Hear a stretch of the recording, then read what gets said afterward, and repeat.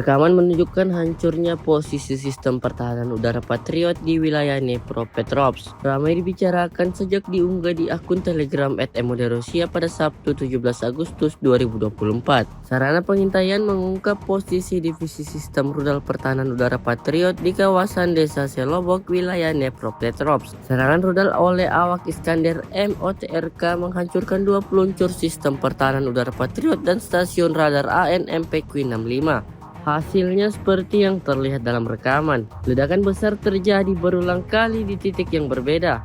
Sejak video ini beredar, belum ada tanggapan resmi dari pihak Kementerian Pertahanan Ukraina.